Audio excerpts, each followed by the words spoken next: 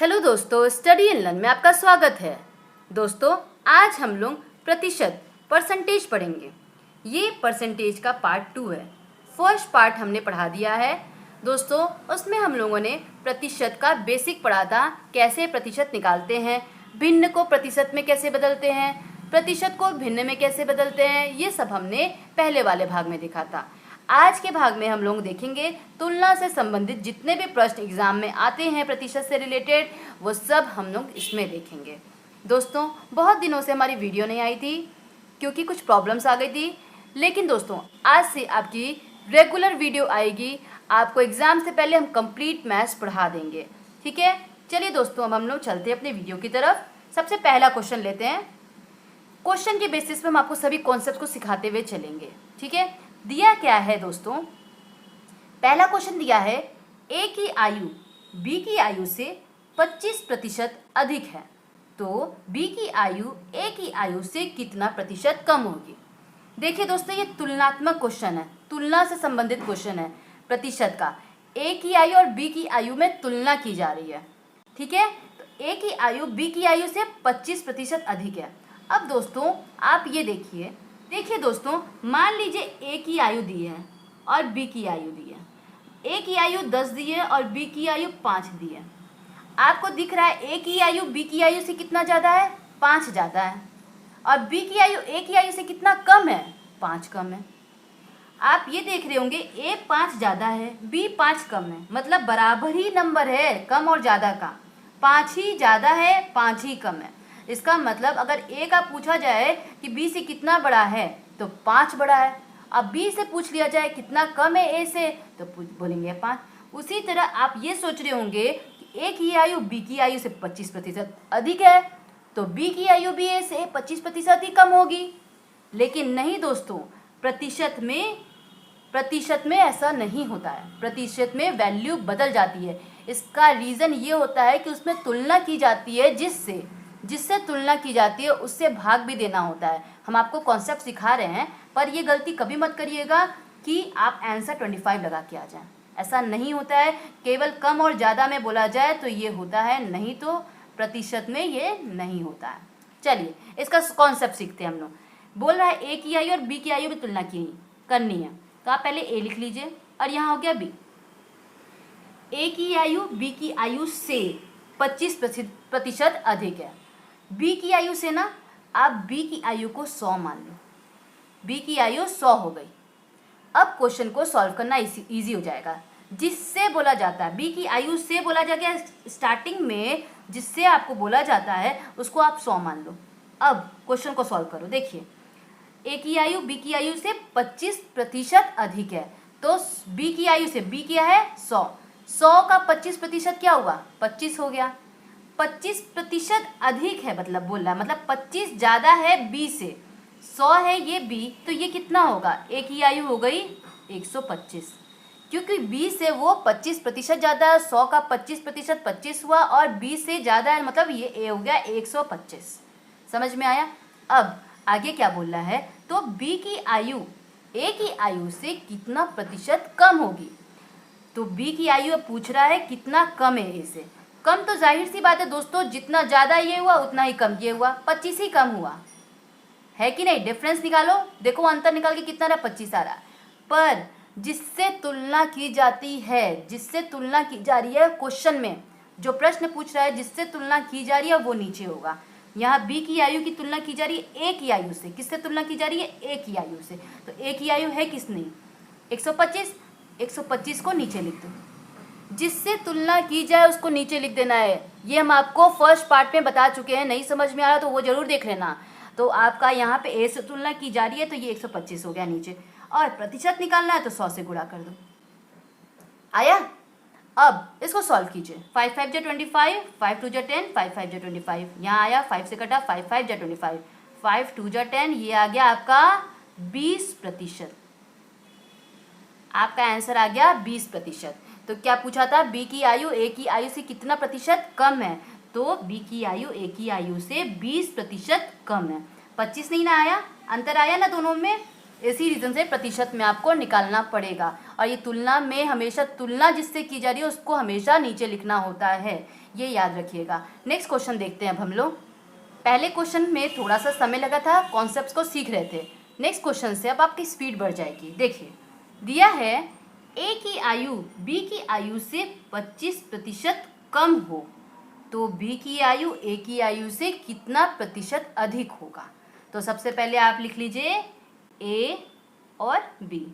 यहाँ क्या बोला, ए की आयु बी की आयु से, किससे बोल रहा है, बी की आयु से, तो बी को आप पहले 100 मान लो। 25% कम होगी, ए की आयु बी की आयु से 25% कम, तो 100 का 25% क्या हुआ, 25 हुआ। और कम बोल रहा है मतलब 100 में से आप 25 को घटा दो तो आप क्या आ गया, 75। मतलब आपकी ए की आयु क्या आ गई, 75। ये सब आपको माइंड में ही कर लेना है। आपका ए का आ गया आयु 75, बी की आ गई 100। अब तो बोल रहा है आपसे तो बी की आयु ए की आयु से कितना प्रतिशत अधिक होगी, मतलब बी कितना अधिक है ए से, प्रतिशत में निकालना है। अभी कितना अधिक है, 25 अधिक है।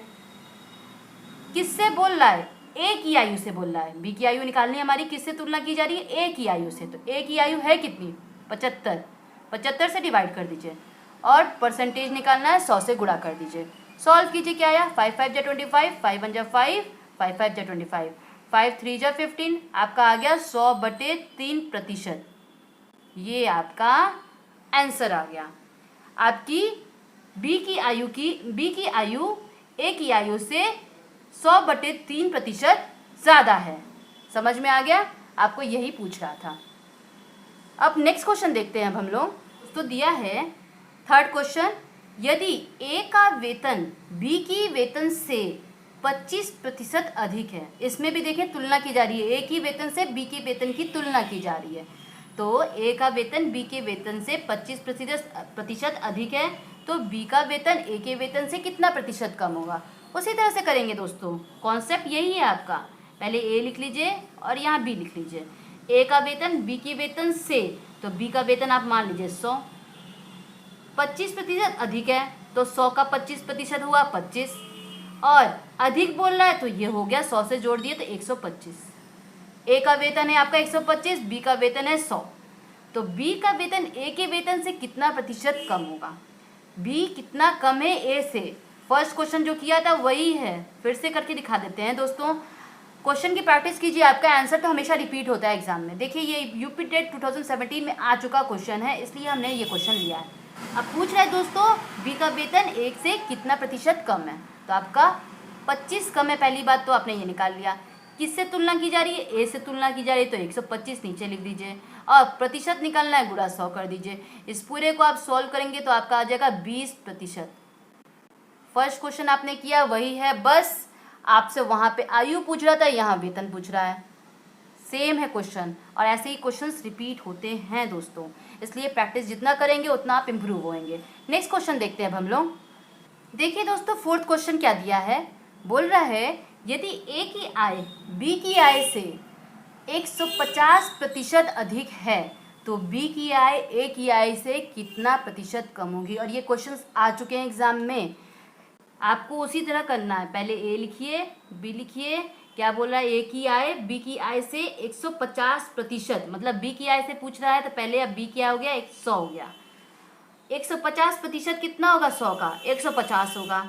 अधिक बोल रहा है तो मतलब 150 + 100 कितना होगा कि 250 हो गया। समझ में आया। अब आगे क्या बोल रहा है, तो बी की आय ए की आय से, बी की आय ए की आय से कितना प्रतिशत कम है, मतलब ये कितना कम है ए से। तो पहले आप देखिए कितना कम है, तो 250 में से 100 माइनस कीजिए, कितना आया, 150। इतना कम है। किससे तुलना की जा रही है, ए से, ए से पूछ रहा है। तो ए की वैल्यू क्या है, 250, ए की आय है 250। अब प्रतिशत में निकालना है तो गुणे 100 कर दीजिए, 0 से 0 कट गया, 5 3 जा 15, 5 5 जा 25, 5 2 जा 10, तो क्या आया दोस्तों, 60%। बी की आय ए की आय से 60% कम है, ये आपका आंसर आया। एग्जाम में आए हैं ऐसे क्वेश्चंस। ठीक है दोस्तों, नेक्स्ट क्वेश्चन देखते हैं हम लोग। अब दोस्तों नेक्स्ट क्वेश्चन देखिए क्या दिया है, जतिन एक वस्तु को उसके मूल्य से 10% कम पर खरीदता है और उसके मूल्य से 10% अधिक पर बेचता है, उसका लाभ है। मतलब आपको लाभ याद करना है। ये क्वेश्चन आपके एग्जाम में आया हुआ है। इस क्वेश्चन को कैसे करेंगे, देखिए सबसे पहले समझिए क्या दिया है। जतिन ने एक वस्तु को खरीदा और उसके मूल्य से 10% कम पर खरीदता है। खरीदता तो है उस वस्तु को, लेकिन जो उसका मूल्य होता है, जो उसका प्रेजेंट में मूल्य होता है, जिसको आप MRP मूल्य कहते हैं, उससे 10% कम पे वो खरीद के लाया है। तो आपने जो उसका मूल्य है उसको आप मान लीजिए 100, जो उसका रियल में मूल्य है, उसका मूल्य जिसको आप MRP बोलेंगे, उसको आप 100 मान लीजिए, क्योंकि उसी से आपको कम और ज़्यादा बोल रहा है। जिससे आपको बोले उसी को आप 100 मानना होगा, तो आप इसको 100 मान लीजिए। अब देखिए क्वेश्चन आराम से सॉल्व होगा। कैसे? जतिन एक वस्तु को उसके मूल्य से 10% कम पर खरीदता है। मतलब खरीदने का मूल्य कितना हुआ? खरीदने का मूल्य कितना हुआ?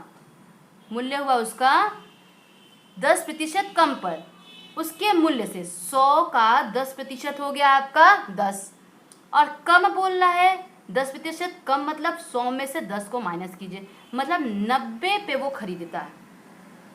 90 मूल्य में उस वस्तु को वो खरीदता है। और आगे पढ़िए, और उसके मूल्य से जो उसका रियल में मूल्य था, मतलब MRP जिसको आपने 100 माना है, 10% अधिक पे बेचता है। आपकी मेनली तुलना इसी से कर रहा है, ये ध्यान दीजिएगा। तो इससे 10% क्या हुआ? पहले तो बेचने का मूल्य निकाल रहे हैं आप, बेचने का मूल्य निकाल रहे हैं आप, और 10% अधिक, मतलब पहले तो 100 का 10% हो गया 10, अधिक बोल रहा है 100 से 10 ज़्यादा कितना हुआ? 110। खरीदने का मूल्य इतना हुआ, बेचने का मूल्य इतना हुआ। उसका लाभ ज्ञात करना है। आपको पता है लाभ क्या होता है? लाभ मतलब प्रॉफिट। प्रॉफिट होता है आपका selling price minus cost price, मतलब विक्रय मूल्य से क्रय मूल्य को आप घटा दीजिए। मतलब आपका बेचने का मूल्य हो गया आपका, यही होता है सेलिंग प्राइस। आपने इस पे 110 पे बेचा और खरीदने का मूल्य है आपका 90, इसको कहते हैं कॉस्ट प्राइस। तो बेचने वाला मूल्य से आप खरीदने वाला मूल्य घटा दीजिए। क्या आया? 20। आपको लाभ पूछ रहा था, उसका लाभ आ गया आपका 20, जो कि आपने 100 में माना था, इसलिए ये पूरा प्रतिशत में ही निकलता है। आपका 20% लाभ हो गया। समझ में आया दोस्तों? इस तरह के क्वेश्चन में आपको ध्यान देना होगा कि आपको 100 किस चीज़ को मानना है, जिससे तुलना करते हैं उसका मूल्य से ही 10 ज़्यादा और 10 कम और 10 ज़्यादा बोल रहा है। तो आप ध्यान दीजिएगा, आप MRP मतलब उसका मूल्य आपने 100 मान लिया, उससे क्वेश्चन ईजी हो जाएगा सॉल्व करना। नेक्स्ट क्वेश्चन देखते हैं अब हम लोग दोस्तों। ये दोस्तों 6 क्वेश्चन क्या दिया है? बोल रहा है यदि A के पास B से 20% ज़्यादा पैसा है और C के पास B से 20% कम पैसा है। अब इसमें C भी आ गया है। ऐसे और बढ़ते जाएंगे, उस क्वेश्चंस को करने का तरीका हम सिखाए हैं आपको। इस कॉन्सेप्ट पे पूरा क्वेश्चन कर लेंगे। देखिए, तो A के पास C से कितना प्रतिशत ज़्यादा पैसा होगा? क्वेश्चन को ब्रेक करके करना सीखिए। सबसे पहले देखिए, दिया है आपको यदि A के पास B से 20% ज़्यादा पैसा है, आपको तुलना की जा रही है B से, तो सबसे पहले लिख लीजिए A B C। आपका B से बोल रहा है तो B को 100 मान लीजिए। A के पास B से 20% ज़्यादा, मतलब 100 का 20% 20 हो गया, और ज़्यादा बोल रहा है मतलब 120। A हो गया आपका 120। आगे पढ़िए, C के पास B से 20% कम पैसा है, तो 20 से तुलना की जा रही है। 20% कितना हुआ? 100 का 20 हुआ। कम कितना हो गया? माइनस कर देंगे 100 को 20 से, तो कितना आएगा? 80। तो क्या हो गया? C के पास B से 20% कम आ गया आपका 80। आगे पढ़िए, लिखा है तो A के पास C से कितना प्रतिशत ज़्यादा पैसा होगा? A के पास C से तुलना कर रहा है, तो आपको ये देखना है A C से कितना ज़्यादा है। आपको देखना है A C से कितना ज़्यादा है, तो कितना ज़्यादा है आपका? 40 ज़्यादा है। प्रतिशत में निकालना है, तो जिससे तुलना की जा रही है, तो A के पास C से तुलना की जा रही है, जिससे तुलना की जाए वो हो जाएगा आपका नीचे डिनोमिनेटर में, तो 80 आ गया नीचे। परसेंटेज में निकालना है, 100 से गुणा कर दीजिए, सॉल्व कीजिए, क्या आ गया? 50। 50% आपका आंसर आ गया। A के पास C से 50% ज़्यादा पैसा है। समझ में आया दोस्तों? इस तरह से क्वेश्चंस आपके होते हैं एग्जाम में, और आपको एक कॉन्सेप्ट आना जरूरी है, बहुत ही आराम से क्वेश्चंस हो जाएंगे। दोस्तों हमारा आज का सेशन यही कंप्लीट होता है। अगर आपको वीडियो पसंद आए दोस्तों तो वीडियो को लाइक ज़रूर कीजिएगा, सब्सक्राइब कर लीजिएगा चैनल, आगे ऐसे ही आने वाले वीडियोस को देखने के लिए दोस्तों। और घर पे रहिए, स्वस्थ रहिए, खुश रहिए, पढ़ते रहिए, स्टडी एंड लर्न से जुड़े रहिए। Thank you.